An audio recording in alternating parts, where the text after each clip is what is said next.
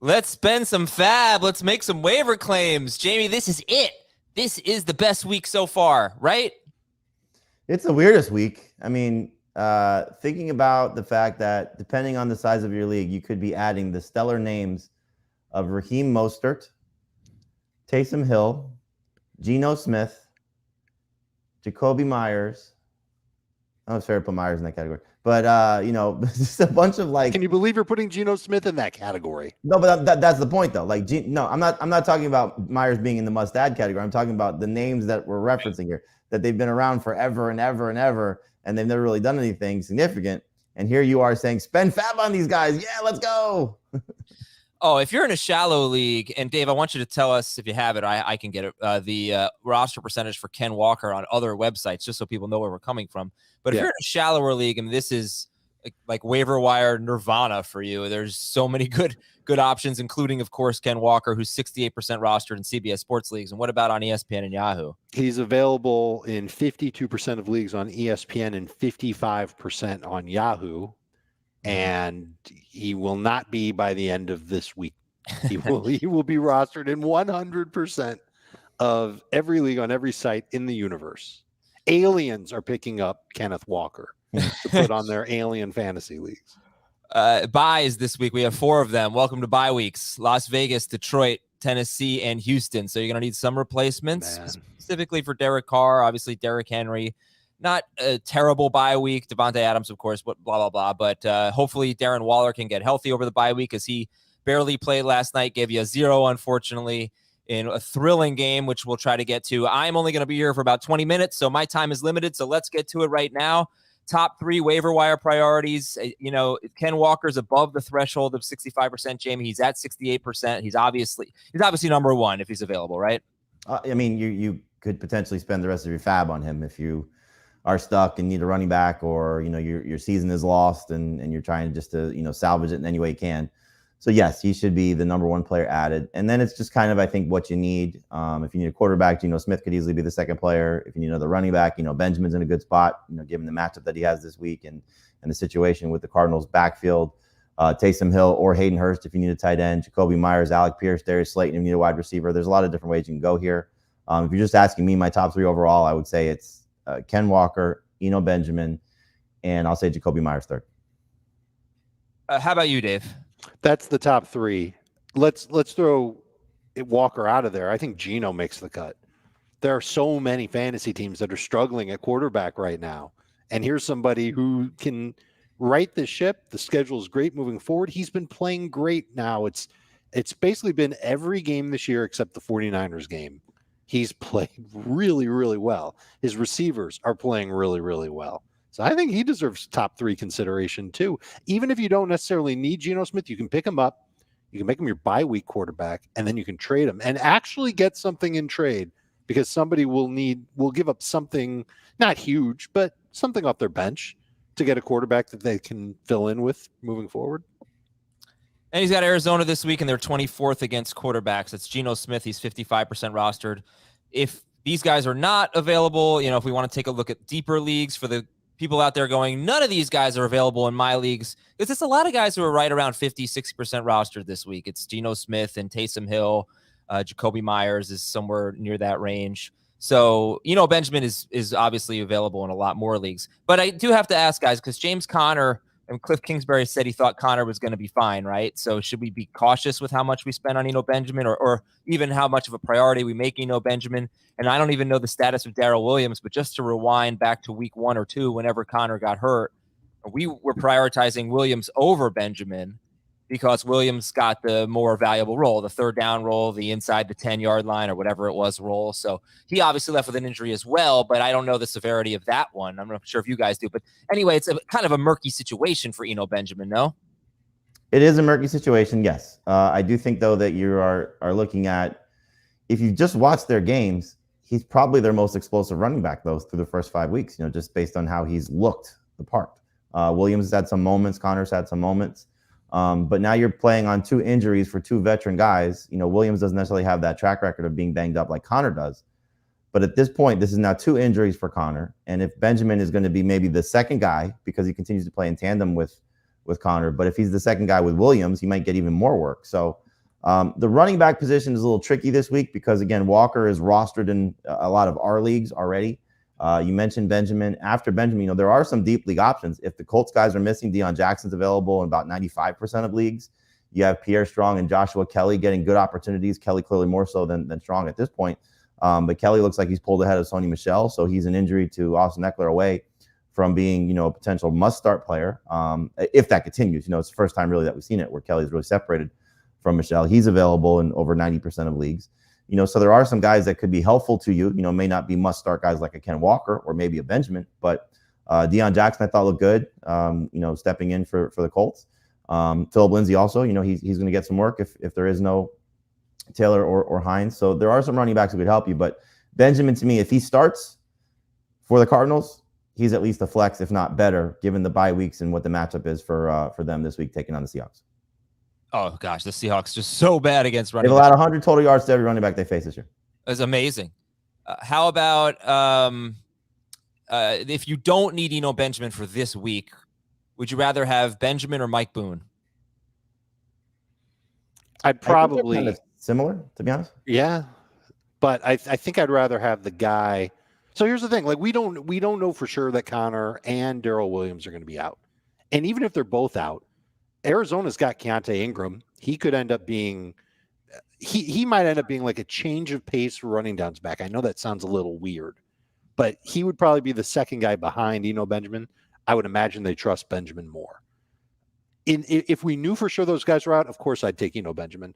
But because we don't, I feel a little more comfortable with Boone, but I would probably spend about the same amount of FAAB on Boone as I would on Benjamin in that instance. I think the safest thing to do with Benjamin is spend the type of FAAB that you would spend on a passing downs back, because that's going to be his role the rest of the season.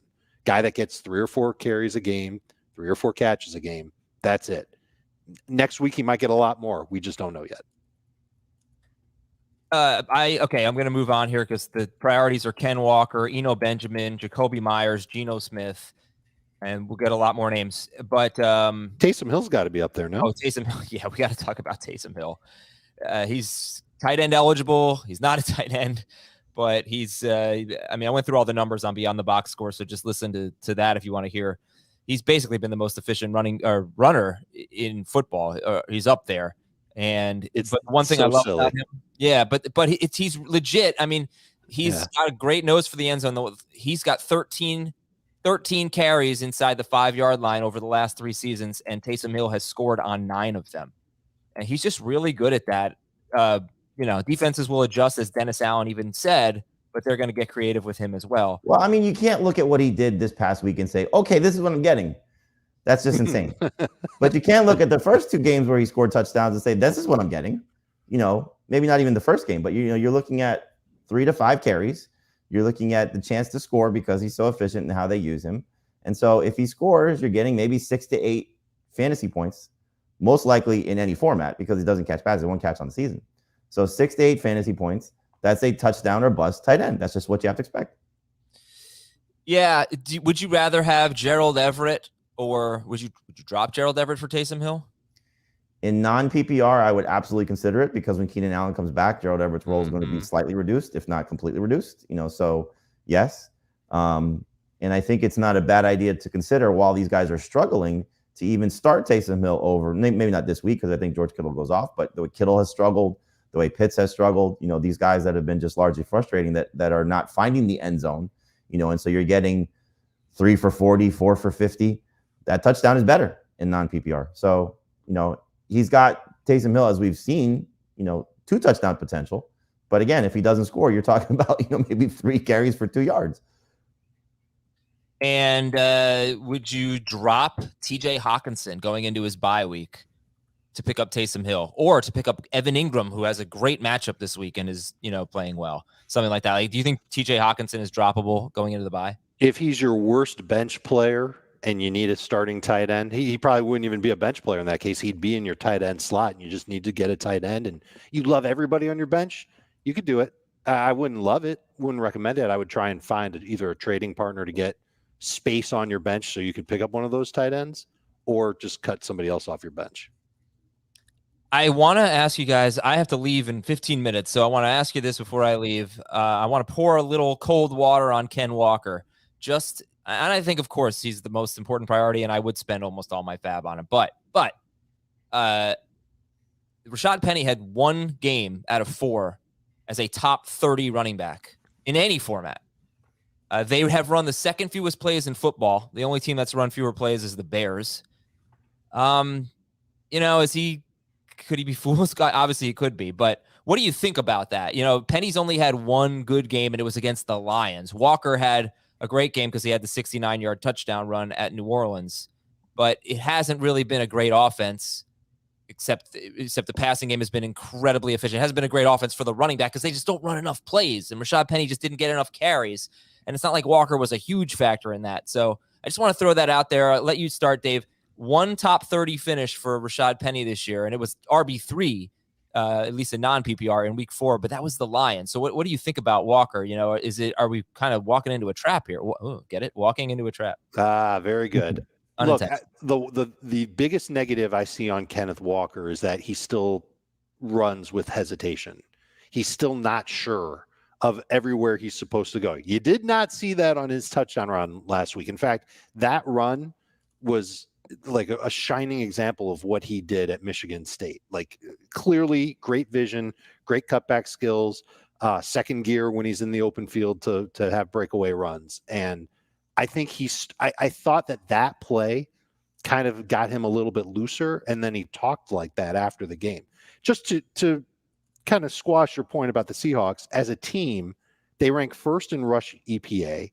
They rank first in rush yards per carry, those big runs that both Penny had against the Lions and that Walker had against the Saints. That's a huge reason why. They're second in yards before contact per rush. I love that stat. That tells me that the offensive line is trying to get them in some space. They're getting a little bit of push from that line. They're 5th in yards after contact per rush. They're 5th in 12-plus yard runs. Now, they play the Lions, so a lot of that does mean that they have good numbers because of that game. But their schedule is really good moving forward. And I think that Ken Walker has the opportunity, and we've talked about it before. Opportunity matters the most when it comes to fantasy football. He's going to see the majority of work. He won't play passing downs, but he's going to see the majority of work at the goal line, first and second down, and he's got breakaway speed. And I think he's going to get more comfortable as the season rolls along. Yeah, unless you're dying to get in there, Jamie, I think we can leave it at that. It was pretty good. No, I mean, your point is what my argument was for, not necessarily saying Penny was a must-start guy going into the Saints game. Because, again, the majority of their production came against the Lions. The one thing that I will say is that this is a fantasy versus reality thing. Like you say, he didn't play well. I know you meant his fantasy production wasn't good. Penny looked really good. But yeah, no, it was he looked really good. He just wasn't producing aside from the Lions game. So, I think that's kind of where you have to hope that Walker wins a little bit. That now maybe he goes from, where Penny was kind of living in that 14 carry range, 14 touch range, 3 or 4 games, Penny had 14 touches. Then maybe that goes to 17 with Homer not there. How much they use DJ Dallas, how much they use Tony Jones they just acquired.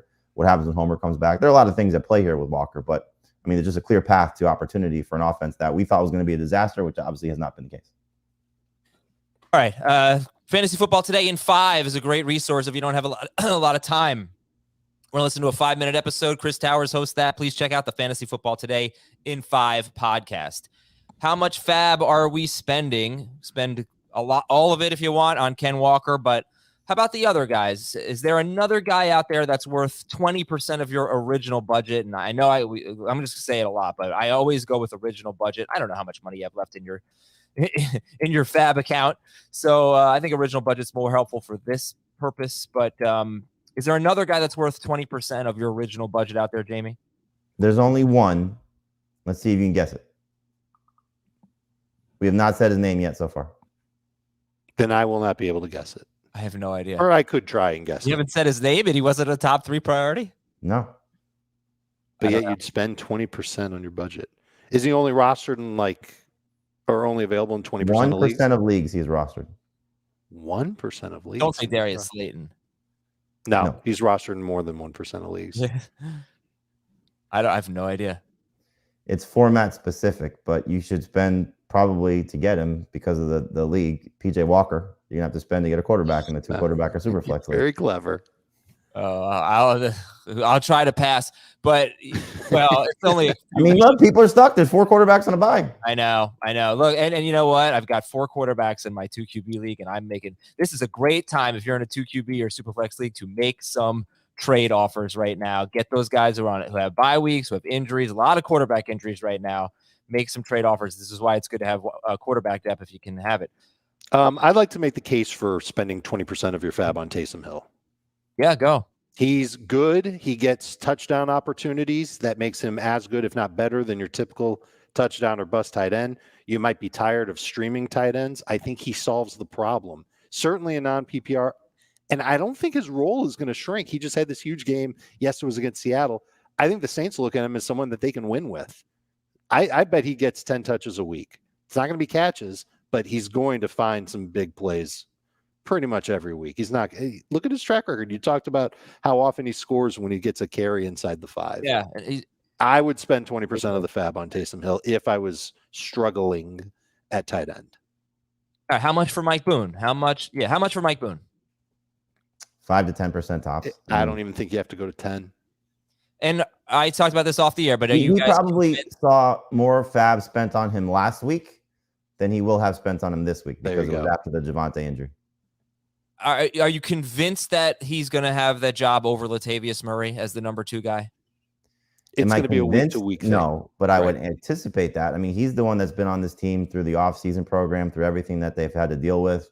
He's the one that they started to trust when Melvin Gordon was fumbling and after Javonte got hurt in that game 2 weeks ago.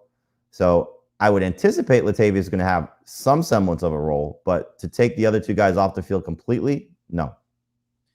Okay, how much FAAB for Jacoby Myers?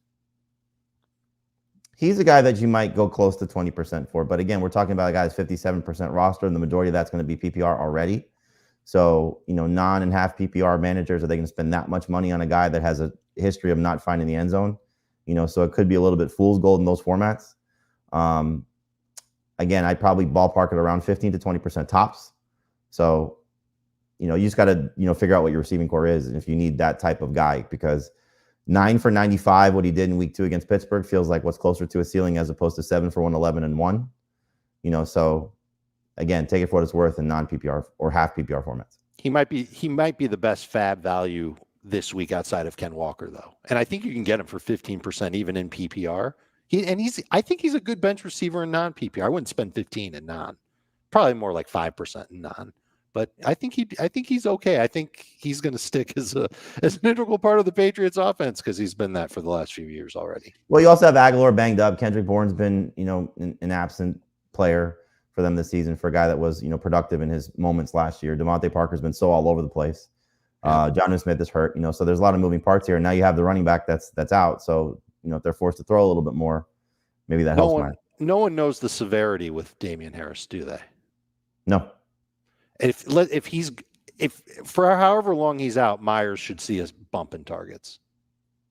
How much FAAB real quick for Alec Pierce, who's only 14% rostered? He's going to be another good value. I think it's going to take about 12% in PPR. Okay, I have some questions I want to ask you. Just real quick, deep leagues here. So we already talked about it a little bit. The Colts running backs, Josh Kelly, Alec Pierce will throw in there, 14%. Darius Slayton's high on the priority list. He's barely rostered. He's also, definitely a buyer beware kind of guy. Any other deep league targets? PJ Walker, of course, in 2 quarterback leagues. Baker Mayfield's going to miss a little bit of time with an ankle injury. I have 2 tight ends for you. Well, 3 actually. Right. Kate Otten, depending on how long Cameron Braid is out. Zach Gentry for the Steelers. If Pat Frymouth is going to miss any time, he had 6 targets for a team that threw 50 times. So could be looking at a good opportunity, especially with their run game struggling, facing the Bucs this week. And then Quentin Morris for the Bills, depending on the severity of Dawson Knox. Again, this is more deeper league, certainly tight end premium, but he had 5 targets in that game, and could be somebody that, for whatever it's worth, if the Bills decide to rest Dawson Knox because their bye is in week 7, could give you some quality production based on how they used him this past week. I think there's another receiver that makes sense for that, and that's Khalil Shakir. Yeah. Look, you're going to want players from the Bills and the Chiefs for their game, the rematch of their playoff game last year. McKenzie's out there in half of our leagues. I don't know if you necessarily need to prioritize picking him up, because if he's out this week, obviously no one's going to want him. He can sit on the waiver wire. You pick him up after the bye. But Shakir had a touchdown last week. He had 5 targets. He should probably see more targets this coming game. He's like a 1-week special. And he might be more than that, though. Okay, that's fair. Because let's say he goes out and he's the reason why the Bills beat the Chiefs. They go into their bye week and they go, we can win with this guy. Isaiah's been great, but let's put Shakir out there a little bit more. And couldn't he also be, because he can play in the slot or wide, couldn't he also be the insurance policy for Diggs and for Gabe Davis? We saw Davis already missed time once this year. Yeah. He wouldn't be a bad bench receiver to have. So it's just going to be a little bit frustrating to carry him through his bye, especially if he doesn't do anything in week 6. But I think he's a 6%er. I think you could spend 6% of your FAAB, get him, use him for week 6 as a flex, enjoy it, and then see what happens after that. Okay. And I was watching that game last night, and there were the pass interference calls, which I hate that rule, by the way, rewarding quarterbacks for underthrown balls. And there were the deep passes that were actually completed to Devontae Adams. And I just thought, ooh, Gabe Davis could have a big game in week 7. Or Devontae Adams is basically Gabe Davis, right? 3 for 178 and touchdown. Yeah, exactly. Okay, so hey, there's one more receiver that we didn't get to, and I think he's available in almost 3/4 of our leagues. It's Rondale Moore. Yeah, he went from playing almost all out wide in week 4 to playing entirely in the slot. He was back to having a low A dot, and saw 8 targets, 13.8 PPR points last week. The only problem is it could just be a 1-week wonder for him because Hopkins is back next week. Right. And I'll say, you should just look. It's probably not going to happen, but just look on your waiver wire for Hopkins and Dak Prescott. There is a chance they are out there, and they're not in the projection, so you might not see them. So just look, search your leagues for Hopkins and Dak and see, maybe you'll get lucky there. You could also try trading for them. This is the time. If you didn't draft them, this is the reason why, is to try and trade for them right now. Well, you also you referenced dropping Hawkinson. You're going to find some people that drop players on a bye because they're stuck, and you might benefit as a result of it. So keep an eye on those type of players that have been good at times, certainly historically good. They may be frustrating right now. Dalton Schultz might get dropped. T.J. Hawkinson might get dropped. Schultz might get dropped. So you might be able to stash these guys for better days ahead. I'm much more optimistic for Schultz when Dak gets back. So I'm going to try not to drop Dalton Schultz. It's getting harder. Well, he got banged up in the game. We don't know how healthy he is. Came back, pretty sure. He came back for 1 play in the 4th quarter. That's it. Yeah, but they were blowing out the Rams at that point, though. All right, so I have 3 questions I want to ask you before I leave. And you can give me quick answers. Is Jared Goff more of a drop or a hold going into his bye? Drop. Is Josh Reynolds more of an add or a drop going into his bye? Drop. He's more of a drop. You think Christian McCaffrey or DJ Moore get traded? There are some rumors. And would you make any trades, with that in mind? I don't think Moore is getting traded. He just got paid. McCaffrey just got paid too. So any team that takes them on, the Panthers would have to eat a ton of dough on them. They're players. But Moore for sure is a player that the Panthers can keep and build around in the coming years. McCaffrey could get traded. I don't know the exact details of the contract, but I know that he's not in a contract year. Robbie Anderson's the one that I think gets traded because he is in a contract year. There's a few veterans that they have that could be on the move. He's the only one that really matters for fantasy. I'm going to give some quick injury notes. Then we're going to take a break, and Jamie and Dave will take it out after that. And you can just go position. We'll do what? Position. You'll take it after that. You'll take the show. You'll take the baton. All right. So the Carolina fired Matt Rule and their defensive coordinator, Phil Snow. Baker Mayfield's out a couple of weeks with a high ankle sprain. PJ Walker was not very good in his 1 start last year, but he did have 2 touchdowns taken away from him by Cam Newton.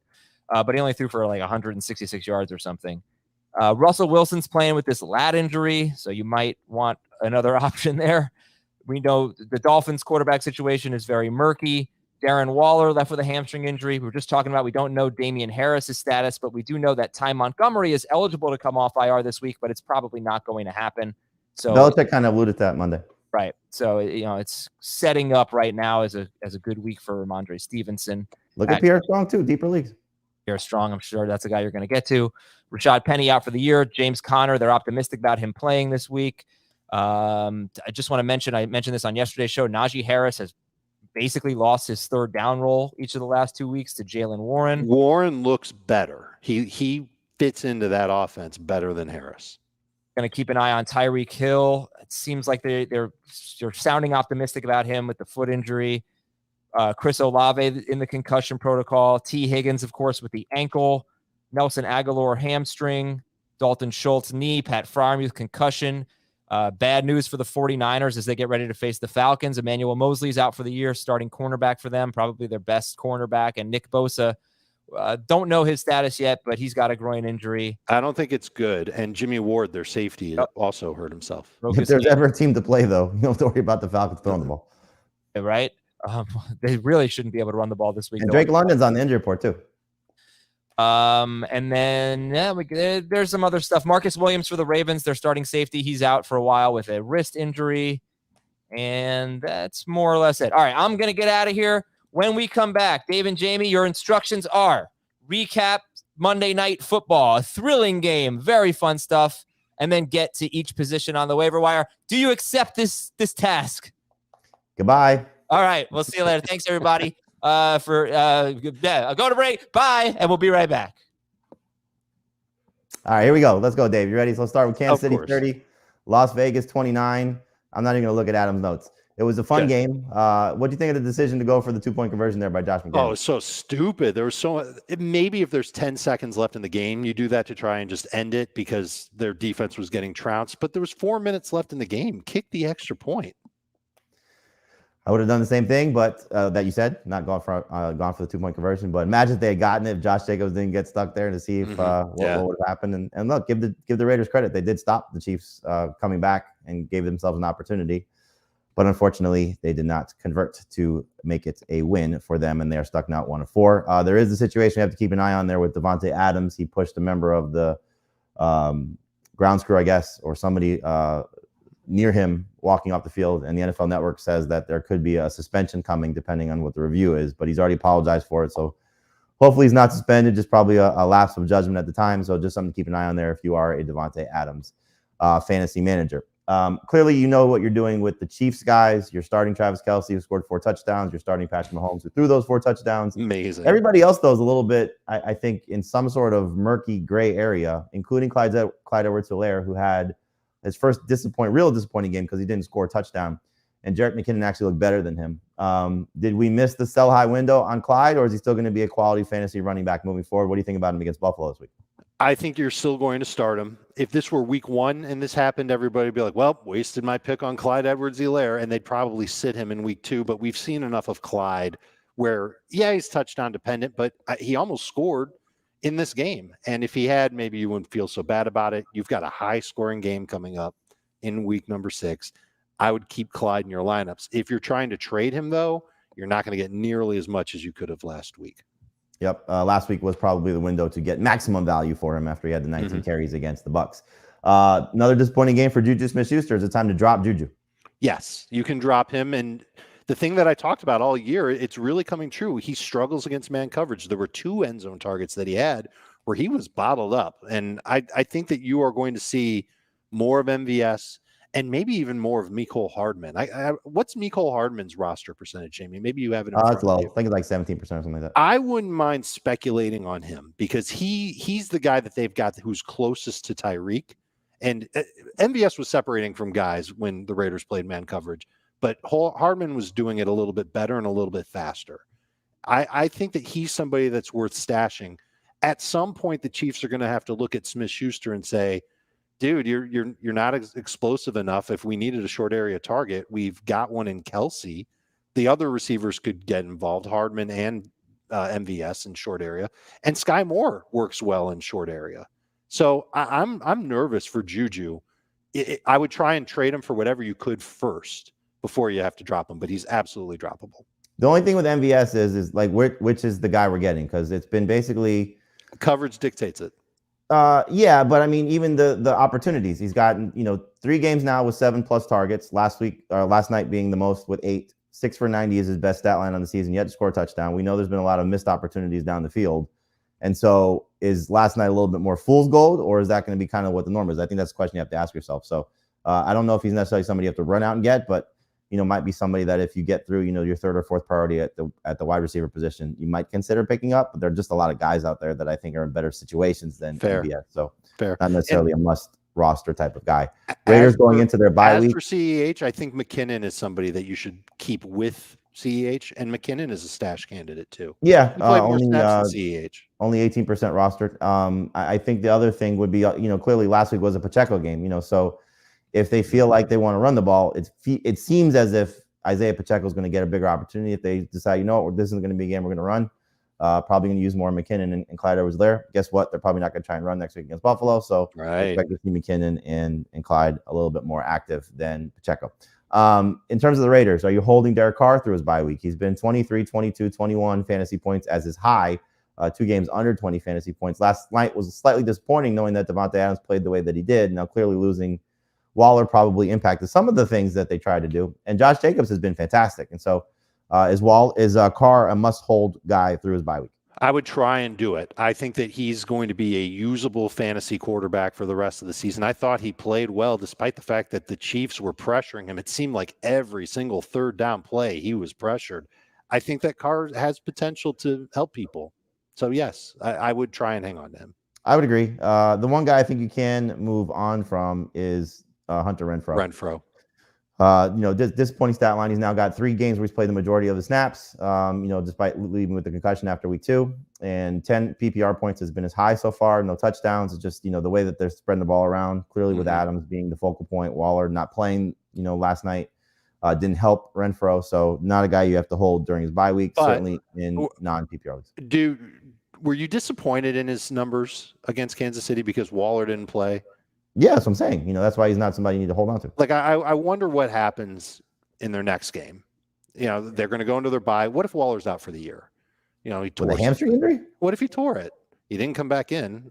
I hope it's not the case, but if that's the case, then I think this is the only way Renfrow has value is if Waller. I would guess it's going to be a small percentage of people that drop Renfrow. I don't think he's going to be 30% dropped. It's probably going to be 10 to 15% of leagues that drop Renfrow, and most of those will be non-PPR. In those formats, I think you're fine. In PPR, if you have the ability to hold him, I have him in one league. It's a 14-team league. I'm not dropping him in that format. But in a 12-team league, if there's the ability to pick up Darius Slayton or Alec Pierce or better, then I would most likely consider it for Renfrow going into his bye week, because you have the thing about when these guys go into bye weeks that aren't coming off big games, you can pick them up toward the end of this week if your situation changes on your roster, or even next week because they're not playing for another 2 weeks, so they're not in the forefront of people's mind. I don't know if there's anything else we need to cover for that game. Adams was great. Again, just keep an eye on the suspension. All right, let's go through the positions at the waiver wire. We kind of gave you a little example of some of the guys that we're looking at here. So the quarterbacks, the 4 that are on a bye this week: Derek Carr, Ryan Tannehill, Jared Goff, and Davis Mills. The ones that probably matter the most have been Carr and Goff. We told you that you can drop Goff for Carr. If you can hold him. But the injuries that we're keeping an eye on still: Dak Prescott, Tua, Jameis Winston, Mac Jones, Russell Wilson, Carson Wentz. There are quite a few. Wentz should be fine. He just popped up on the injury report on Monday because the game is on Thursday. Tua, holding or dropping at this point? He's droppable. I would agree.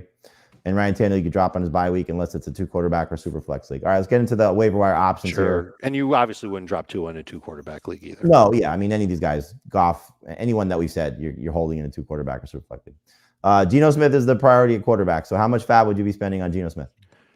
I said 20% earlier. That was aggressive. I bet you can get him for around 14%. I think that, remember, not everybody's chasing quarterbacks in your 1-quarterback redraft leagues. And in keeper leagues, same thing. But I do think you need to spend something to get him. The best guy from a statistical standpoint on a bye is Jared Goff. The best guy from a name standpoint coming into the season is Derek Carr. So those are 2 starters that might have to be replaced. So yes, Geno Smith could be a priority for those fantasy managers. But I think people have been picking him up already. He's at 55% rostered. So that kind of tells you where the mindset is at. The guy I have next is Carson Wentz. You Me kind of too. have a sample size of what he is. 3 good matchups. He's been 25 or more fantasy points. 2 disappointing matchups against Dallas and Philadelphia, or tough matchups going in. 8 fantasy points in both those games. How do you think he'll do against Chicago on Thursday night? I think it's an easy matchup. I think he should be able to put up good numbers. The one thing that I'm worried about is that the Commanders get their run game going a little bit more, because Chicago's run defense isn't very good either. And maybe that hurts the upside of Carson Wentz. But if you're just streaming quarterbacks and you don't want to spend 14% on Geno Smith, or maybe you just need a bye week replacement for, maybe Derek Carr is your guy and you just love Derek Carr, whatever. Wentz should be able to be snagged for like 3%, 4% of your FAAB. And that's a good plan B if you want to go cheap on Geno. And you say, okay, great. If I can get Geno for 5% of my budget, that's cool. And if not, you just settle for Carson Wentz and you use Wentz this week against the Bears. Some other streaming options that you could be looking at: Jimmy Garoppolo, very good matchup against Atlanta. They've struggled against quarterbacks, at least 22 or more fantasy points allowed to 4 or 5 quarterbacks this season. Justin Fields, Dave, I thought is starting to look a little bit better. Allow him to throw a little bit more. Yep. 21 or more pass attempts in the last 2 games. That's clearly something that matters. So not in the 30 attempt range yet, which we like to see for most quarterbacks, but he's run for at least 47 yards in 3 games in a row. And he gets this Washington defense on Thursday night as well. We know that defense has been bad. So any interest in Fields or Garoppolo for this week? I like Garoppolo better, but it's just by a smidge. And you could this piles onto the argument to not spend a lot on Geno if you're streaming. You could put in 5% on Geno, 4% on Wentz, 1% on Garoppolo, 1% on Justin Fields. You'll get a quarterback. And clearly there's more upside with Geno rest of season. Even that's why you spend more for Geno. Right. But again, if you, as you alluded to, which I think is the right way to phrase it, if you're just streaming, you don't have to break the bank on Geno if you have, the quarterback that you like, or just by chance, the matchup happens to be bad for your respective starter. But I think if you're trying not just to replace the bye week guys, trying to replace Matthew Stafford, trying to replace Aaron Rodgers for higher ceiling type of guys, I don't know if rest of season Geno's better than these guys. We'll have to wait and see. Teams start to figure them out. But in terms of where they are right now, you clearly feel a little bit more comfortable, at least you should, with what Geno's given you, especially heading into week 6 against Arizona. And PJ Walker, we mentioned as a 2 quarterback. There are some 2 quarterback super flex league guys that could be available, mostly shallower leagues. PJ Walker might have the most long-standing opportunity because Teddy's going to eventually get replaced by Tua. Dalton's probably going to eventually get replaced by Jameis Winston, but we'll see how that one goes.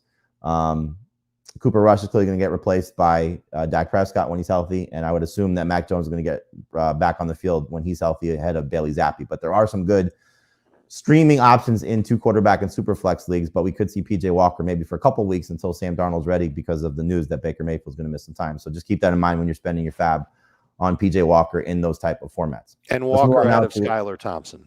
And Skylar Thompson too. It's another good call. Right, but Walker first, right? I would take Walker just because the news that came out Monday that while Tua is not doing football things yet, according to Mike McDaniel, it sounds like Teddy cleared all the concussion protocols after Sunday. And so trending in the right, he's not out of the concussion protocol, but he passed all the concussion tests. I don't want to use the protocol word. He passed the concussion tests. He has not cleared the protocol yet. Knowing what the protocol is now and how things have changed, he may not be cleared to go by Sunday, but he is trending in the right direction. Tua still is kind of in this gray area, unfortunately. So my guess is we see Teddy in week 6, but yes, Skylar Thompson should be on your radar if you need a desperation 2 QB or super flex type of option for this week. At the running back position, the big names that are off on a bye: Derrick Henry, Josh Jacobs, Dameon Pierce, and Jamal Williams and DeAndre Swift. We hope to get Swift back after the bye. That was the news. So keep that in mind. The injuries, there are a lot of them at the running back position. Taylor, we're hoping to play. James Conner, we're hoping to play. We don't know the status of Damian Harris yet. Nyheim Hines, clearly something you want to keep an eye on as well. So just keep an eye on the injury report there. The guys that we typically talk about in the check to see if available that are around 80% rostered or so, 85% or less: Brian Robinson, Alexander Mattison, Raheem Mostert. Those would be the 3 highlights. You got Michael Carter and Rashad White as well. And then clearly Ken Walker is the one that everybody's chasing. So Dave, rest of season, Ken Walker, Raheem Mostert, or Brian Robinson? Who would you rather have? Walker. And then, I think I want to say Robinson next. I love what I'm seeing from Raheem Mostert. Loving the usage, loving the production. You know what the deal is with him. He's 30-plus years old, and he gets hurt pretty easily. And it's almost like my heart wants to take Brian Robinson, but I know it's the Washington Commanders, and I know he won't be alone in that backfield. So let's use my brain. I'll take it back. Let's put Walker 1, Mostert 2, Robinson 3. If you were to tell me right now Mostert stays healthy rest of season, I would take him first. But I agree with you, based on the injury track record, knowing right now what Chase Edmonds is getting, benched for Myles Gaskin and where that backfield's at. But yeah, it's too hard to say he's going to stay healthy. So I would go Walker 1, Mostert 2, Robinson 3. And you could start Raheem Mostert this week, with what should be a good matchup for them, taking on the Vikings. Chase Edmonds is droppable. Chase Edmonds is, well, as we get to the drop candidates, there we go. So the guys that I gave for this list are Antonio Gibson. That's probably more 10-team leagues than 12-team leagues, but you've seen his playing time go from 64% to 26% in week 5 in terms of his snap share. So not very good for him with Brian Robinson back. And the only thing that could change for Gibson in my mind, Dave, would be as if they push McKissick off the field and give Gibson those pass catching opportunities like we saw in the game McKissick missed in the preseason, the one that everybody got so excited about Robinson. Remember after Gibson had the fumble and they were putting him on kickoff returns, and then Gibson played in that pass catching role. And we saw it in week 1. He was great in their game against Jacksonville. Mm-hmm. But if McKissick continues in this role, Gibson's kind of in no man's land. So it's hard to say you're going to have to roster him, certainly in 10-team league. There's another way. What if he gets traded? Sure. Yeah. But you can't bank on that now. Of course not. But I would hate to be the guy that cuts Antonio Gibson. And then I would wait through, it would make sense if he gets traded the Tuesday after their game on Thursday, if Brian Robinson has a good game. So just keep that. But where does he go that he has immediate path to success? How many injured running backs did you name? The ones that are out for the season. I don't know. I'd have to think Seattle. about If he goes it to Seattle, would you rather have Antonio Gibson? No, I'd rather have Walker, and he doesn't fit into Seattle at all anyway. But what I'm saying is, these are the guys that are losing players. Denver, do they make a move to go get him after they? I don't think they give up a draft pick for him. It would be like a 6th round pick or something. Well, nobody's giving up anything for Antonio Gibson. Of course not. Could the Dolphins do it, knowing how thin they are at running back? Do they feel that they're thin? Oh, maybe they don't. Because they've been running with these guys all week. All right, so there's a chance. All right, fine. Last team, and I suggested this at the beginning of the year. Arizona. They probably could, but again, I think it would have to be a Connor rest of season injury, for them to make that type of move. Mm-hmm. So could be. I don't know if he's the guy that you're not using on your roster that you can drop, he's droppable. If you want to hold him and you have the ability to do so, then you do so. But at this point, I don't see a path to success for him in Washington. Chase Edmonds, you mentioned, clearly it's easy to move on from him. He's been touchdown or bust to begin with, and now he's not even playing that much because of what Mostert is doing, and they seem to like Myles Gaskin in the same role, at least for now. And then I did put Latavius Murray as a drop candidate. You can stash him if you want to, but I don't necessarily expect him to take both the other guys off the field. So carrying the third running back for the Broncos, I don't know that's something that you need to do. All right, we talked about some of these guys, but let's get back to the waiver wire priority at the running back position. The way that I have it listed is Eno Benjamin 1, Deion Jackson 2, Mike Boone 3, Josh Kelly 4, and then the 2 IR guys, Gus Edwards and Damian Williams, Pierre Strong bringing up the back of the list along with Jerick McKinnon. So clearly Benjamin, we've said this, if there's the injury absence to both Connor and Darrell Williams, it's a great matchup against Seattle. He scored a touchdown last week for the Cardinals. Dave, again, if as of now we're operating on no Connor, no Williams, how much FAAB are you spending on Eno Benjamin? If we knew that for sure, I'd spend the 20% on Eno Benjamin. But it could just be a 1-week situation, though. It could be, but I need to win this week, and I might need a running back badly enough. And if that's the case, I'm happy to spend 20%. And there is some rest of season value for Eno Benjamin. It's not going to be pretty. It might be 10 PPR points max, but it's something. So that's kind of where I'm coming at it from, is that you don't spend 20% unless you're just absolutely desperate. I think that number should be north of 10% though. And it's somebody that can potentially help you as a starter this week, or at worst be a bench guy rest of season. You can't get Benjamin. Walker's gone. And as of Tuesday, we don't know if Jonathan Taylor or Nyheim Hines will play. How much FAAB are you spending on Deion Jackson? 4%. What if you need a running back though? What if you're desperate for running back? Same situation. There are other running backs, you name them, that might have the same type of upside as Deion Jackson does. Jackson's probably my favorite once you get past Walker and Eno Benjamin. But I don't know if Jonathan Taylor plays. I've thrown 4% of my budget straight into the dump. Oh, it's a gamble. It's a total gamble, sure. So, but again, that's why I'm Taylor not willing to lines are gamble out, that though, much. And if I miss on Deion Jackson, boo-hoo-hoo, there's still Mike Boone. I don't think Gus Edwards and Damian Williams will necessarily help you in week 6, but J.D. McKissick might. Philip Lindsay might. All right. But we're getting to the point of running backs that you'd spend like 2% on. Rest of season, who would you rather have? Mike Boone, Josh Kelly, Gus Edwards, or Damian Williams? Mike Boone, Josh Kelly, Gus Edwards, or Damian Williams. I think I'm going to say Boone. I think Williams is probably second. Gus is third. And there's my list. But I don't really love any of them. I don't love Boone. I like Boone as far as like, all right, he's going to give me 5 points. He's a warm body that I might. Well, I think the thing you got to look at it though is if there's an injury in their respective backfields, who helps you the most? So if Melvin Gordon gets hurt, or if Austin Eckler gets hurt, or if J.K. Dobbins gets hurt, there's clearly a potential league winner in all these guys. Of course. I don't know if Boone's a league winner. Well, he might. Melvin gets hurt because they have Latavius. I would agree, but he might be. No. If we're talking about strictly league winners and stash guys, then I would flip-flop the order a little bit. I'd probably put Kelly first because I don't know what Gus Edwards is. We don't know what he is, but we know what he has been. And when he has been given this opportunity in this offense, he's 5 yards per carry. He's a touchdown type of guy. You go back to the end of the 2020 season, he had 3 of 4 games or 4 or 5 games, I think it was, with at least 10 or more PPR points.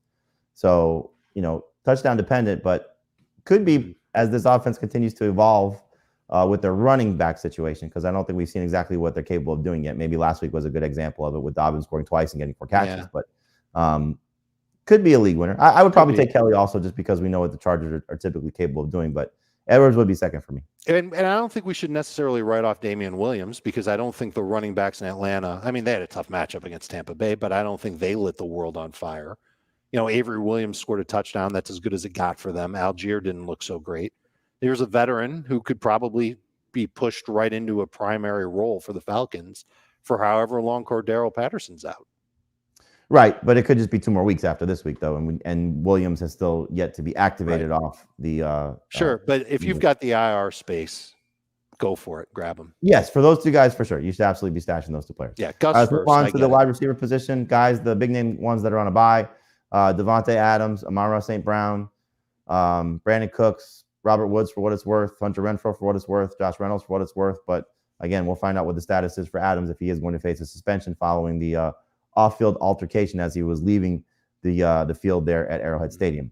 The injuries, the ones that we're keeping an eye on, Tyreek Hill, we hope he's going to go. T. Higgins is considered day-to-day with his ankle problem. Michael Thomas is expected to play in week 6, but Chris Olave in the concussion protocol. Still waiting to find out about Keenan Allen. Drake London's got a knee injury that we're keeping an eye on. John Harbaugh said that Rashad Bateman could play this week. John Dotson, however, said that his hamstring injury, there's no timetable for it. The Bucs have said because of the knee injury for Julio Jones, they're going to take it slow with him to make sure he's ready for the end of the season. He's clearly somebody you can drop at this point. Isaiah McKenzie, Dave alluded to this, still in the concussion protocol. The Giants guys still banged up with Wan'Dale Robinson and Kadarius Toney. Christian Watson's dealing with a hamstring injury. There's just a lot of injuries at the wide receiver position. The guys that you should be looking at in the shallower leagues, George Pickens, 80% rostered. Michael Gallup, 74% rostered. And Tyler Boyd's 70% rostered. Dave, are you surprised that Pickens is not at 100% as of now? Yes, he should be at 100%. I think he becomes a number 3 receiver. I mean, he's kind of a number 3 receiver now, but I think he becomes a reliable number 3 receiver before this season ends. He's just been a great option right now with Kenny Pickett under center, 4 for 71 in their first half together 2 weeks ago against the Jets. And then he had a big game last week with Pickett throwing 50 times. And with the run game being what it is, you could probably expect a lot of pass attempts for Kenny Pickett moving forward. The drop candidates at wide receiver, Allen Robinson, Elijah Moore, Hunter Renfrow, Jarvis Landry, Julio Jones. Do you see any of those guys worth rostering at this point? Only Renfrow if we find out that Waller's out for the year.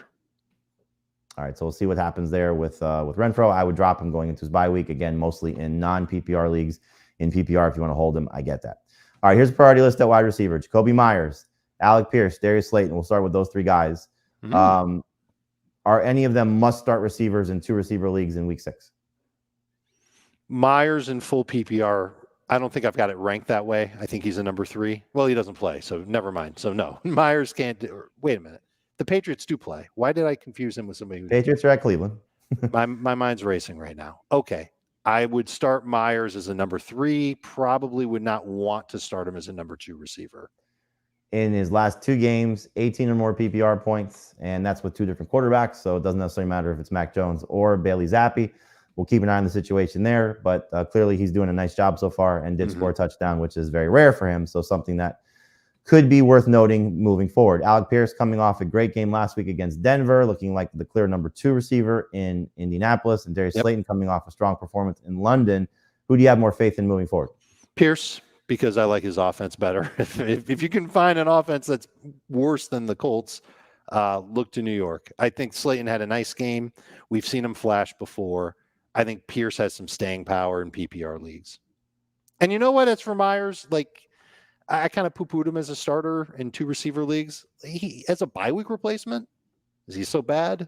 Definitely not. No. I think he's I think I have him in the top 30. I'm sure you probably have the same thing. It's not necessarily a slam dunk that you have to, bench somebody. But I mean, at this point, when you're looking at guys like Adam Thielen, who's been, 2 good games, 3 bad ones, Deontay Johnson and what his situation has been. Trying to think of other receivers that are playing this week that are struggling. He's in that mix. He's in that starting caliber mix. So it's not a bad situation. Thielen's the only thing I'll disagree with you on, been terrible forever. The only thing I'll disagree with you on Slayton versus Pierce is he could be the number 1 receiver for the Giants. I mean, Wan'Dale Robinson has yet to get healthy. Kadarius Toney has another hamstring injury. There aren't reinforcements coming. And so if what we saw from Slayton is a sign of things to come, he probably will outproduce Alec Pierce over the course of the season. But I would rather have Pierce as well. I think there's a higher ceiling for him, but it would not be surprising if they're close and the targets maybe start to favor Slayton a little bit more moving forward. So just something to keep an eye on there. But I do think he's worth adding based on what this Giants receiving core looks like and what the rapport seems to be with Daniel Jones. After those 3 guys, I have Devin Duvernay next. We don't know the extent of Bateman's injury, but he could return this week. However, without him last week, I thought he played really well against the Bengals. And the fact that they gave him 3 carries, they were manufacturing touches for him. So this could not just be something that's a Bateman replacement. Remember, he did score 3 touchdowns in the first 2 weeks of the season, or first 3 weeks of the season. He got banged up in week 2 with a concussion. Could he have some staying power long term? He could. He's a bench receiver. I would not put him next on this group, but he's really close to it.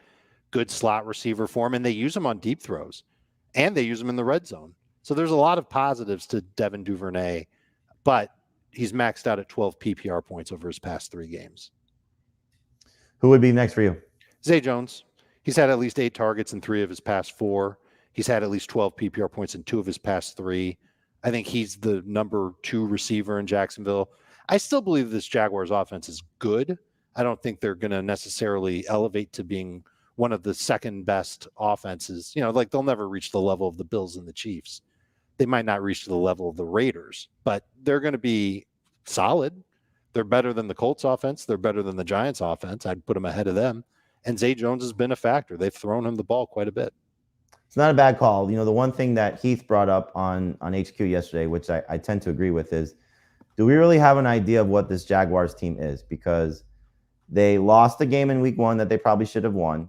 They won 2 games that they probably should have lost based on just the opponent and how things were. I mean, remember the Colts were so banged up in that game. All right, we lost Dave. I don't know where he went, so we'll hope to get Dave back. They lost, they beat the Colts without their receiving core healthy, and clearly they have the Colts number, so we'll see what happens in the rematch. They beat the Chargers. I think that was a huge surprise how that game unfolded going into Los Angeles. And then they lose the game in Philadelphia, which is probably the only one that you could say, okay, that's expected, losing to the Eagles on the road, second half of back-to-back road games. Then you get the situation with the game last week against the Texans, which was a surprise loss. So do we have an idea of what the Jaguars are? I guess we'll find out this week, but Zay Jones, not a bad receiver to add. Some other receivers we're looking at here, Khalil Shakir, again, coming off the 3 for 73 and a touchdown on 5 targets. We'll find out if Isaiah McKenzie clears the concussion protocol, but that's something to keep an eye on there. Josh Reynolds hopefully will be relevant when we come off the bye for the Lions, but we'll see what happens there with a healthy Amon-Ra St. Brown. Who knows if maybe we get Jameson Williams back into play for the Lions at some point this season. Could be after their bye week as well. Dave alluded to this earlier. Rondale Moore playing really well last week, but DeAndre Hopkins is expected to return in week 7, so it could just be a 1-week situation for Moore, but a very good matchup against the Seahawks, so somebody you can use there. You have both Zay Jones and Marvin Jones, something to keep an eye on there with those guys, with Marvin Jones leading the team in targets this past week. Maybe he starts to get going a little bit for the Jaguars. But there's the receivers that you're looking at. Again, you can see the full list on CBSSports.com. The tight ends, the ones that are on bye, the two big ones are Darren Waller and TJ Hawkinson. The injuries, we're waiting to find out the status of Waller. Kyle Pitts dealing with a hamstring injury also. Pat Fryermuth in the concussion protocol. Dalton Schultz with the knee injury. Dawson Knox with the foot injury. Logan Thomas with the calf injury. And Cameron Brate in the concussion protocol. So you could have to find some replacement options at tight end. The guy to check to see who's available is David Njoku, 83% rostered. Dave, is David Njoku a must-start tight end rest of the season? He's there. He's made it. The volume has been too good. You can't ignore it. Dave, your audio is really off. I don't know what's happening. Really? Okay. Let me see if I can fix it. All right. So David Njoku coming off 2 back-to-back strong games. 3 really solid games, actually. 2 with 14 or more PPR points. So hopefully David Njoku continues to have staying power again. We'll see what happens when Deshaun Watson comes back, but that's not until week 13. So keep an eye on that for the end of season. But for right now, David Njoku should be rostered across the board. The drop candidates, Tyler Conklin, 2 miserable games with Zach Wilson, combined 8 PPR points, had no PPR points against the Dolphins, and no fantasy points, against the Dolphins in week number 5. Dawson Knox, while he's banged up, and then the Bills have a bye week in week 7, so somebody you can move on from there. And Mike Gesicki clearly has been disappointing all season long. Only 1 game with more than 4 PPR points on the season. Dave, the drop candidates I have are Tyler Conklin, Dawson Knox, and Mike Gesicki. Are you holding any of those 3? Oh, man, you got to keep Mike Gesicki for those 2 fantasy points per week. No, drop him. Moving on from those guys. All right, the tight ends priority list. I have Taysom Hill 1, but I don't know if I would rather start Taysom Hill or Hayden Hurst in PPR this week, knowing that Hurst has been very good, especially if T. Higgins is out. So if Higgins is out, Dave, I'm starting Hayden Hurst over Taysom Hill. Are you doing the same? Probably. Because I thought he was like a check down guy on top of being someone that they designed plays for last That's week. what Burrow's been doing. Yeah, so I'm kind of intrigued by that, and I think they've got some trust in Hayden Hurst. He's scored in each of his last 2. He's had at least 11 PPR points in each of his past 2. So in full PPR, I think he's probably a little safer than Taysom Hill. The third guy on this list, and this is where it starts to see a little bit of a drop off from the other 2, at least based on what their production has been. Evan Ingram, although he is coming off his best game of the season high in targets, season high in receiving yards. The last time he had a season high in receptions, which was 7, was week 2 against the Colts. Can he do it again against Indianapolis, Dave? Oh, I think he might be able to. I like the volume that he got last week. We know that he's a good talent. He makes a bunch of bonehead mistakes along the way. If they have a hard time running the ball, and they probably will against Indianapolis, because the last time they played against Indianapolis, this is the Jaguars we're talking about, right? Yep. That's what Evan Ingram plays for. Yep. Right. So I think that I think that Evan Ingram is probably a decent start, probably makes the cut as a top 12 in full PPR. He's just outside for me, but he's right on the cusp there. I have no problem if you want to call him a starting tight end for this week. The more deep league options, you got Cade Otton, Will Dissly, Zach Gentry, and Quentin Morris. We talked about the 1% and 4% owned guys. Otton's at 4%. Gentry and Morris at 1%. Gentry could get an opportunity without Pat Fryermuth. Morris can get an opportunity without Dawson Knox. Those 2 are more tight end premium league type of guys. Cade Otton, though, did have 6 catches for 43 yards, I believe, against the Falcons last week, and could get another opportunity to have another significant target opportunity. Could get another significant target opportunity against the Steelers this week. So somebody to consider as long as Cameron Brate is out. And then Dave, Will Dissly is interesting because the Cardinals stink against tight ends, and he has 3 touchdowns in 4 games. Now, he did get outplayed by Noah Fant this week, but he's still playing more than Fant. So I would give a slight nod to Dissly over Fant. Do you agree? I do, but they're both touchdown or bust types of tight ends. And when you're measuring those guys versus somebody like Taysom Hill, it's easy to take Taysom Hill. Totally agree with that. And Dissly, by comparison, has scored more touchdowns than Fant, 3 to, I believe, none. So we'll see if Fant does find the end zone, but Dissly's been a red zone option for Geno Smith. The DST and kicker streamers, the DST streamers I have are the Patriots, the Colts, and the Commanders. The kicker streamers are Graham Gano, Chase McLaughlin, and Mason Crosby. Do you disagree with any of those? I like the Colts against Jacksonville, just because I'm not sure where that run game is for the Jaguars right now, and I think the Colts can slow them down. Chargers and Ravens are other 2 DSTs I like. All right, we'll see if the Chargers can actually stop anybody. It's been a miserable situation for them. But it's Denver, it's Russell Wilson. I'm kind of banking on Russ making mistakes. Yeah, no, I totally agree. It's just a matter of, like, I looked at it and I was like, can they get it? Can they get the job done? They just couldn't do anything against Jacoby Brissett last week. So is Russell Wilson that bad? Is he worse than Jacoby Brissett? But in any event, there's your waiver wire options. You can read the full waiver wire story on CBSSports.com. We'll talk about a little bit more coming up on CBS Sports HQ at noon Eastern for those of you that are watching us live on the YouTube page. We appreciate you spending some time with us here on Tuesday morning. Good luck with your waiver moves. For Adam Azer, for Dave Rich, I'm Jamie Eisenberg. That'll do it for us here at Fantasy Football Today.